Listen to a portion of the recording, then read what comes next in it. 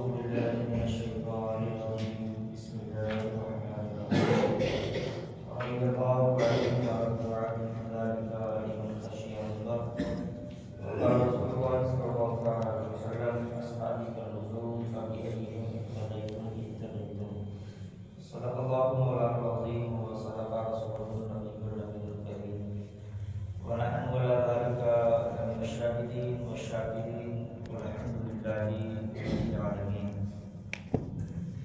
آئیے سب سے پہلے مدد فضلہ میں آرام فرمانے والے آقا، لمبے لمبے ہاتھوں سے بھیک دینے والے دادا، گردوں کو تھام لینے والے مولا جناب احمد مصطفیٰ محمد مصطفیٰ صلی اللہ تعالیٰ علیہ وسلم کی بارگاہ اقدس پناہ میں درود و سلام کی جاریاں پیش کریں، پڑھنے میں آواز بلند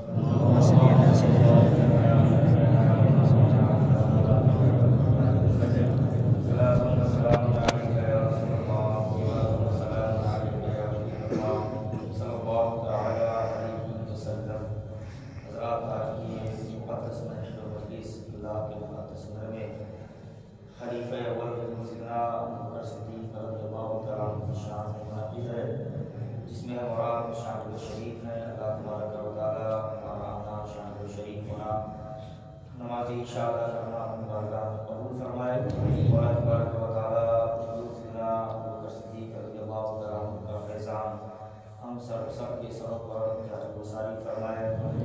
صحابہ اور اہل بیت کی محبت میں مولا تبارک و تعالیٰ ہم سب کو جینے مرنے کی توفیق عطا فرمائے۔ حضرات، حضور سیدنا ابوبکر صدیق رضی اللہ تعالیٰ عنہ کی شخصیت وہ شخصیت ہے جو محتاج تعارف ہے۔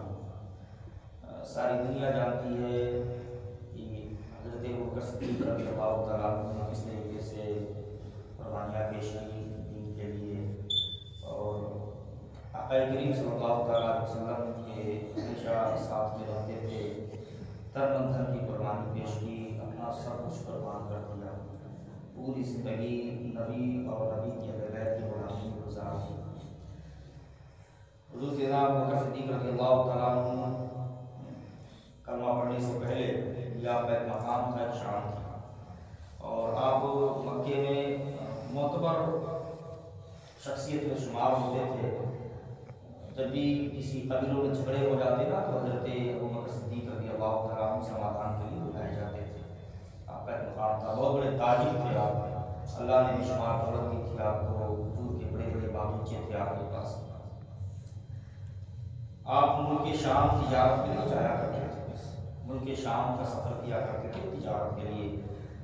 جب آپ تجارت کی غرض سے ملک شام گئے اور آپ سوئے ملک شام میں، تو آپ نے خواب دیکھا کہ چاند و سورج میری گود میں اتر آیا، اور یہ بھی آپ نے دیکھا کہ میں نے چاند و سورج کو اپنی چادر میں چھپا لیا۔ جب یہ خواب دیکھا صبح بیدار ہوئے تو اس خواب کی تعبیر پوچھنے کے لیے بے قرار ہو گئے کہ میں پوچھوں اس خواب کی تعبیر کیا ہوتی؟ چاند و سورج کا گود میں اتر آنا، اس کو میں نے اپنی چادر میں چھپا لیا، آخر یہ تھا کیا؟ تو آپ نے ایک عیسائی پادری سے پوچھا، ابراہیم سے پوچھا، خواب کی تعبیر پوچھی آپ نے۔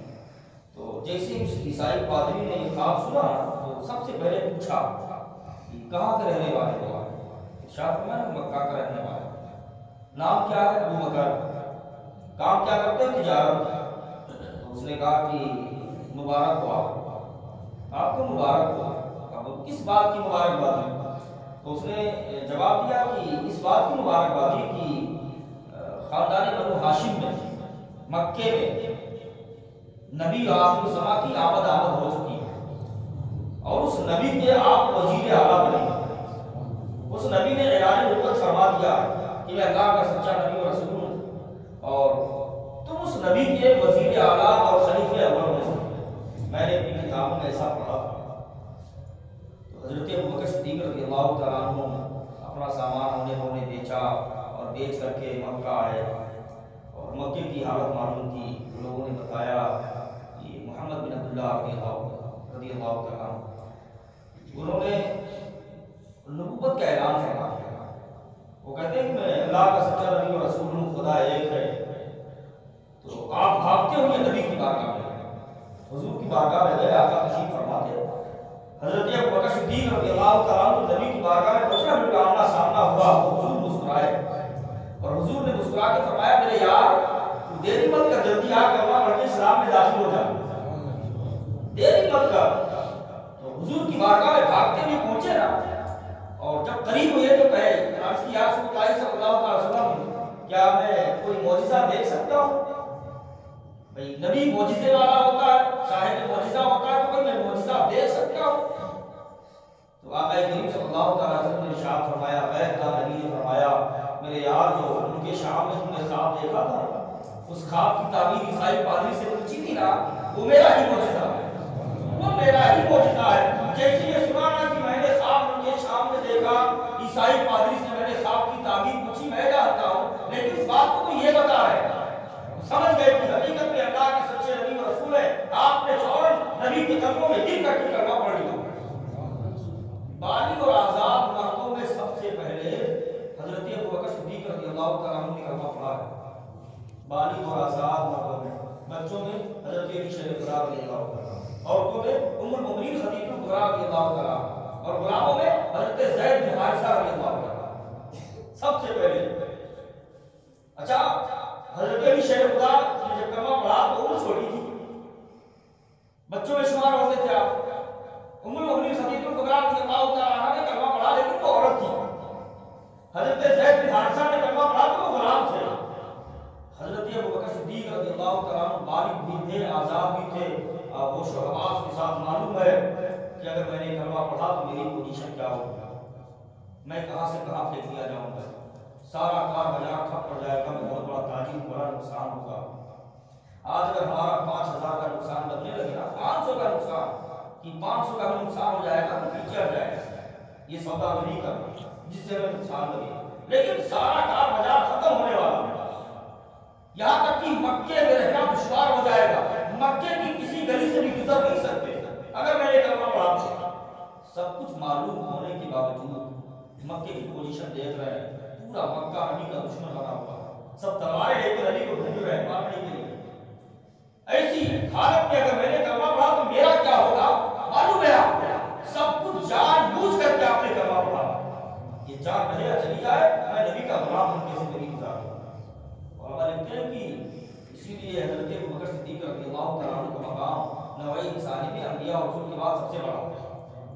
جان بوجھ کر معلوم تھا کہ اگر میں نے کلمہ پڑھا تو تن من دھن کی قربانی پیش کرنی پڑے گی، سب کچھ چھوٹ جائے گا، سارا کام بازار ٹھپ پڑ جائے گا، دولت کا نقصان ہوگا، جان مال کا نقصان ہوگا، وطن چھوڑنا پڑے گا، سب کچھ جان کر کے اپنے نبی کا کلمہ پڑھا۔ اور جب پڑھا نا تو پڑھ کے بھاگے نہیں سے، پڑھ لیا سائڈ نہیں ہوئی، پڑھ لیا تو سائے کی طرح نبی کے ساتھ ساتھ رہتے، جہاں جہاں نبی وہاں وہاں حضرت ابوبکر صدیق رضی اللہ تعالیٰ عنہ۔ جب آپ نے ہجرت کی نا تو کبھی حضور کے آگے چلتے کبھی پیچھے چلتے آپ، کبھی آگے چلتے کبھی پیچھے ہو جاتے، تو حضور نے فرمایا میرے یار تو کیا کر رہا ہے، کبھی آگے ہو جاتا ہے کبھی پیچھے ہو جاتا ہے، کبھی دائیں چلتا ہے کبھی بائیں چلتا ہے، تمہارے چلنے کا انداز تو روک پڑے گا۔ یا رسول اللہ صلی اللہ علیہ وسلم جب میں آپ کے آگے آگے چلتا ہوں نا تو دل میں ہوتا ہے کہ دل میں ایسا خیال آتا ہے کہ کوئی دشمن آپ کو پیچھے سے نہ حملہ کر دے آپ، تو پھر میں بھاگ کے پیچھے آیا کہ اگر کوئی حملہ کرے آپ کو تو وہ وار سب سے پہلے میرے اوپر لگے، میں اپنی جان قربان۔ پھر دل میں آتا ہے کہ دائیں سے نہ حملہ کر دے تو میں دائیں آ جاتا، پھر خیال آتا ہے کہ بائیں سے نہ آ جائے تو میں بائیں اپنے آپ کو پیش کر دیتا ہوں، تاکہ دشمن کا حملہ اگر کسی بھی طرف سے ہو تو سب سے پہلے اس وار کو ابوبکر اپنے سینے پہ روکے، پہلے میں قربان ہو جاؤں پھر آپ کرنا چاہیے۔ بڑی محبت، بڑا پیار، اور آقا کریم صلی اللہ علیہ وسلم جی حضرت ابوبکر صدیق رضی اللہ تعالیٰ عنہ سے بہت محبت کیا کرتے تھے۔ آقا نے یہ سنا کا جب یہ مثال کا قریب آیا نا، جب حضور کی طبیعت قلیل ہوئی تو ارشاد فرمایا کہ بلال حبشی رضی اللہ تعالیٰ عنہ جو حضور کے مؤذن تھے، مسجد نبوی کے مؤذن تھے، حضرت بلال حبشی رضی اللہ تعالیٰ آزان دے کے حضور کے دروازے پہ حاضر ہوتے، یا رسول اللہ صلی اللہ علیہ وسلم آزان ہو گئی تو آقا علیہ یہ سنا حجرے سے باہر نکلتے اور مسجد میں تشریف فرما ہوا کرتے۔ جب حضور کی طبیعت قلیل ہوئی تو دروازے پہ گئے نا تو آقا نے فرمایا بلال ایسا کرو کہ ابوبکر صدیق سے کہو کہ وہ نماز پڑھائے۔ ابوبکر صدیق سے اپنی ظاہری زندگی میں دنیا کو بتا دیا کہ میرے بعد اس مسئلے کا کوئی حقدار ہے وہ حضرت ابوبکر صدیق ہے۔ ظاہری زندگی میں حضور نے حضرت ابو بکر صدیق کو مسجد میں بڑھایا. 16 یا 17 نمازیں آپ نے پڑھائی حضور کے ظاہری زمانے میں. حضور ایسے حجرے میں تشریف فرما ہوا کرتے, آرام فرما ہوا کرتے, اور حضرت ابو بکر صدیق رضی اللہ تعالیٰ عنہ امامت فرماتے. ایک مرتبہ حضرت ابو بکر صدیق رضی اللہ تعالیٰ عنہ کسی کام سے کہیں گئے ہوئے تھے, وہ نہیں تھے, اور حضرت بلال حبشی نے تلاش کیا تو وہ نہیں ملے. تو حضرت عمر فاروق اعظم کو پڑھا دیا, اور عمر فاروق اعظم رضی اللہ تعالیٰ عنہ کی آواز قدر بلند تھی, بلند آواز تھی. جیسے آپ نے اللہ اکبر کہتے ہوئے مانی نا تکبیر تحریمہ کہی تو حضور نے اندر سے آواز دی, بلال میں نے ابو بکر کو کہا تھا نا, یہ عمر کیسے آ گئے, ابو بکر سے کہو کہ وہ نماز پڑھائے. تو ظاہری زندگی میں آج جو یہ شیعہ یہ رافضی جو باتیں کرتے ہیں کہ حضرت علی شیر خدا رضی اللہ تعالیٰ عنہ یہ اول خلیفہ تھے, انہوں نے ظلم کیا, زیادتی کی, اور ان لوگوں نے زبردستی حق چھین لیا, یہ محض غلط باتیں ہیں. معاذ اللہ استغفر اللہ. اگر ایسا ہوتا نا تو حضرت علی شیر خدا رضی اللہ تعالیٰ عنہ کسی سے کمزور نہیں تھے کہ کسی کے دباؤ میں دب جاتے, وہ اللہ کا شیر تھا. حضرت ابو بکر صدیق رضی اللہ تعالیٰ عنہ جب خلیفہ بنے تو حضرت علی شیر خدا رضی اللہ تعالیٰ عنہ نے بھی ان کو اپنا خلیفہ مانا, ان کی ابتدا میں نمازیں پڑھی, اور بڑا پیار تھا, بڑا یارانہ تھا درمیان میں, بڑی محبت تھی. جب آپ خلیفہ بنے نا, آقا کریم صلی اللہ علیہ وسلم کا جب وصال ہوا تو سارے صحابہ کو سبتے میں آ گئے, اب کیا ہوگا, نبی کا وصال ہو گیا. حضرت علی شیر خدا رضی اللہ تعالیٰ عنہ سے دیوار سے چیک لگا کے بیٹھ گئے نا تو اٹھنے کی ہمت ختم ہو گئی. نبی نہ رہے, نبی کا وصال ہو گیا, اب ہمارا کیا ہوگا. حضرت عمر فاروق اعظم کو تلوار لے کے گھوم رہے تھے, آپ کھو بیٹھے. جب حضور اگر کسی نے کہہ دیا حضور کا وصال ہو گیا نا تو اس کی گردن کاٹ دیں گے. حضرت عثمان غنی رضی اللہ تعالیٰ عنہ کی یہ کیفیت سے چلتے رہتے تھے, ادھر سے ادھر, ادھر سے ادھر, ایسی ماحول میں. اچھا منافقین جھنڈے لے کے گھومنے لگے. منافق اسے کہتے ہیں نا جو سامنے سے کہتے ہیں کہ میں حضور کے ساتھ ہوں, اور جب ابو جہل ابو لہب کے پاس جاتے تو کہتے ہیں کہ ان کا مذاق اڑانے گیا تھا, صرف ان کی باتیں سننے گئے. منافق جو تھے نا وہ خوش ہو گئے, وہ باتیں کرنے لگے, اب کون نماز پڑھے گا, کون روزے رکھے گا, اب کہاں زکات, کہاں روزہ, کہاں حج, اب سب ختم ہے, حضور نہ رہے, ایسی باتیں ہونے لگی. حضرت ابو بکر صدیق رضی اللہ تعالیٰ عنہ کو جبکہ زیادہ صدمہ لگا تھا حضور کے وصال کا, لیکن ایسے ماحول میں امت کو سنبھالنے والے اگر کوئی ہے حضرت ابو بکر صدیق رضی اللہ تعالیٰ عنہ. آپ نے امت کو سنبھالا, منبر پر چڑھے, آپ نے خطبہ دیا, تقریر فرمائی, اے لوگوں, اے سرکار کے مقدس صحابہ, جس دین کو پھیلانے کے لیے نبی نے اپنی قربانیاں دی, کانٹوں پر چلنا پڑا, خاردار جھاڑیوں سے گزرنا پڑا, دشمنوں کے چاروں طرف سے حملے ہوتے تھے, مکہ چھوڑ کے حضور مدینہ چلے گئے. 23 سال کی محنت و مشقت کے بعد اسلام یہاں تک پہنچا, بڑی قربانیوں کے بعد اسلام یہاں تک پہنچا. کیا اس اسلام کو اتنی آسانی سے ہم چھوڑ دیں گے؟ جذبہ دلایا ہم نے, حوصلہ دلایا, اور آپ نے ایسے ماحول میں امت کو سنبھالا, دین کو سنبھالا, منافقین کو منہ توڑ جواب دیا. سارے مسلمانوں کی رائے ہوئی, مشورہ ہوا یا ہمارا خلیفہ کون ہوگا, مسلمانوں کا امیر کون ہوگا. لوگوں نے سب کے مشورے سے حضرت ابو بکر صدیق رضی اللہ تعالیٰ عنہ کو اپنا خلیفہ بنایا. یہی ہمارے خلیفہ, یہی ہمارے امیر. آج کوئی چھوٹی سی کرسی پا جاتا ہے نا, کوئی اتنے پٹاخے جلا دیتا ہے نا, کہ اگر پٹاخے کے پیسے سے راشن خرید کے غریبوں کو بانٹ دیا جائے نا, 1 مہینے کے راشن کا انتظام ہو جائے. اتنے پٹاخے, اتنے پھول تماشے, اتنے پھول ہاتھ چلتے ہیں. لیکن حضرت ابو بکر صدیق رضی اللہ تعالیٰ عنہ کے خلیفہ بنے تو روئے, پوری رات روئے. جب صبح ہوئی نا تو ٹوکرا لے کر کے, بڑا سا ٹوکرا سر پہ رکھ کر کے باغیچے میں مزدوری کرنے کے لیے نکل پڑے. کسی نے دیکھا تو بھاگتا ہوا وہ آئے, اور حضرت عمر فاروق اعظم حضرت علی شیر خدا کو بتایا, سنا آپ نے کیا ہوا, ہمارا خلیفہ تو مزدوری کرنے نکل پڑا. تو حضرت علی شیر خدا عمر فاروق اعظم رضی اللہ تعالیٰ عنہ یہ دوڑتے دوڑتے گئے, پکڑا, اور پکڑ کے پوچھا کہاں جا رہے ہو آپ؟ مزدوری کرنے. کیوں؟ مسجد میں بیٹھ کر کے دین کا کام بھی کریں گے اور مزدوری نہیں کریں گے نا تو بچے کیا کھائیں گے, یہ کچھ تو کرنا ہی پڑے گا. وقت کا خلیفہ, مسلمانوں کا امیر, وقت کا سلطان, ٹوکرا رکھ کے, سر پہ ٹوکرا رکھ کے باغیچے میں مزدوری کرنے نکل پڑا.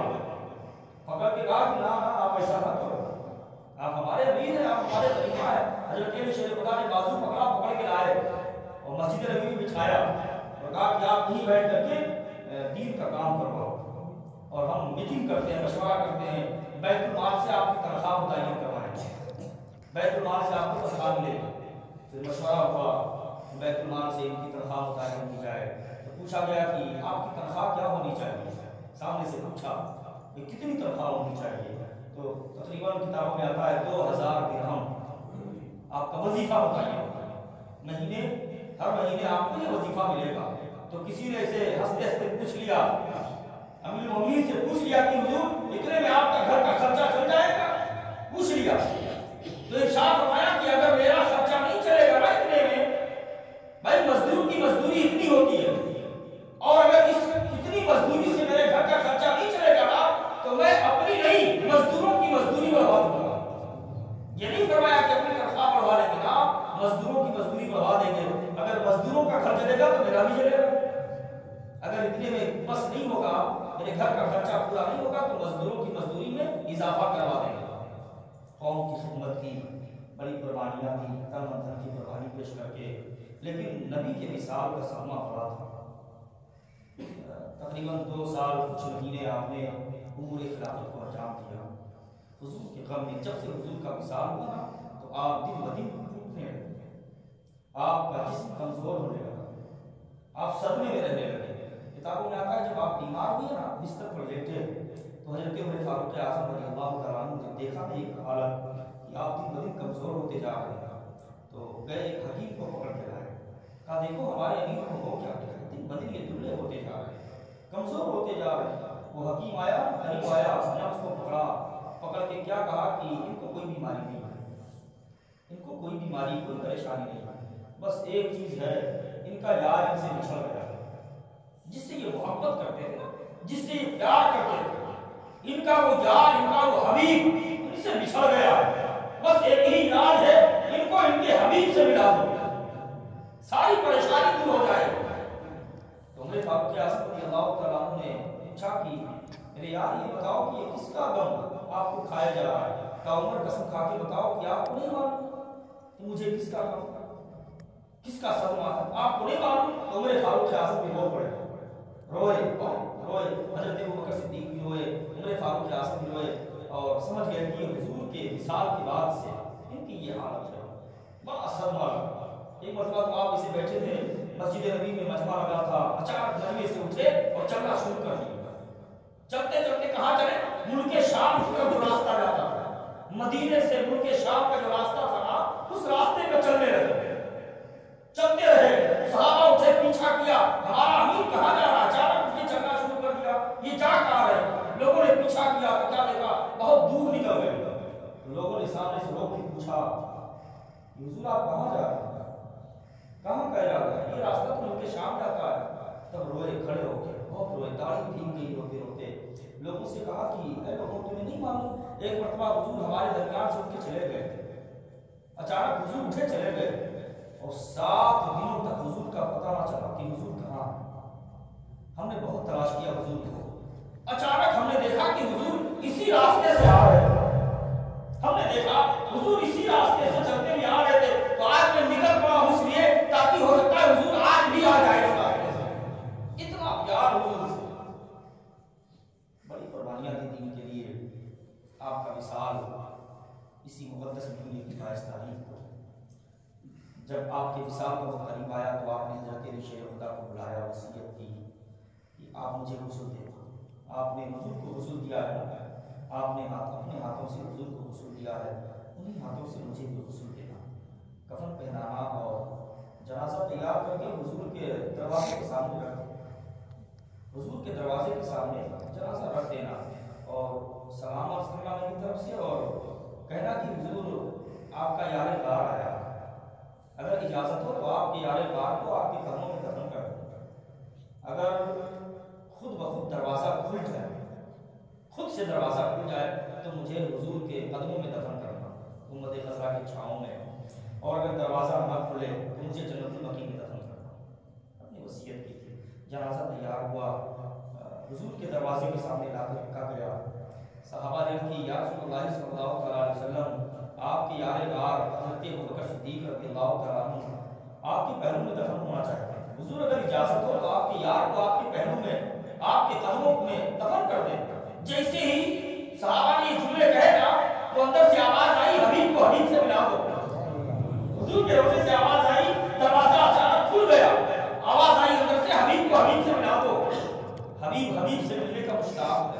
جلدی ملاؤ۔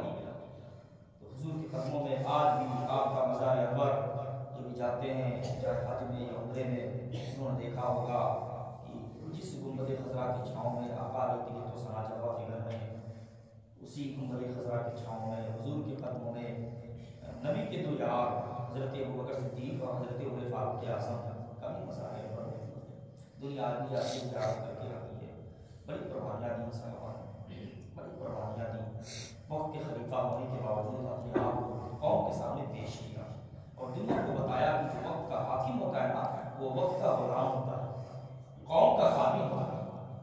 خادم بنا کے اپنے آپ کو پیش کیا، لوگوں کی اس طریقے سے خدمت کی، غریبوں کا خیال رکھا، لوگوں میں عدل و انصاف قائم کیا، غریبوں کا مزدوروں کا اس طریقے سے خیال رکھا، دنیا کو بتایا۔ وہ غریبوں کا احساس رکھتے تھے، غریبوں کا، مزدوروں کا، بیواؤں کا، یتیموں کا وہ احساس رکھتے تھے، دنیا کو بتایا کس کا کیا حق ہے اور ایسا کیوں نہ ہو۔ یا آقا علیہ السلام کی درسگاہ میں بیٹھ کر کے انہوں نے تربیت حاصل کی تھی، حضور کی تربیت یافتہ یہ شاگرد تھے، بڑی قربانیاں دی۔ آج اللہ کا احسان ہے کہ اللہ تبارک و تعالیٰ نے ہم سب کو صحابہ سے، اہل بیت سے محبت کرنے والا بنا کے پیدا فرما دیا۔ ہم اس قابل نہیں تھے، ان صحابہ کا نام، مقدس صحابہ کا نام کی زبان سے دے سکیں، یہ زبان بھی اس قابل نہیں ہے۔ آج یہ اسلام کے ارکان، یہ نماز، یہ روزے، یہ ساری چیزیں ہمیں بڑی آسانی سے مل گئی، کوئی قربانی نہیں دینی، کوئی قربانی بڑی آسانی سے، لیکن یہی نماز، یہی روزہ صحابہ نے بڑی قربانیاں پیش کی،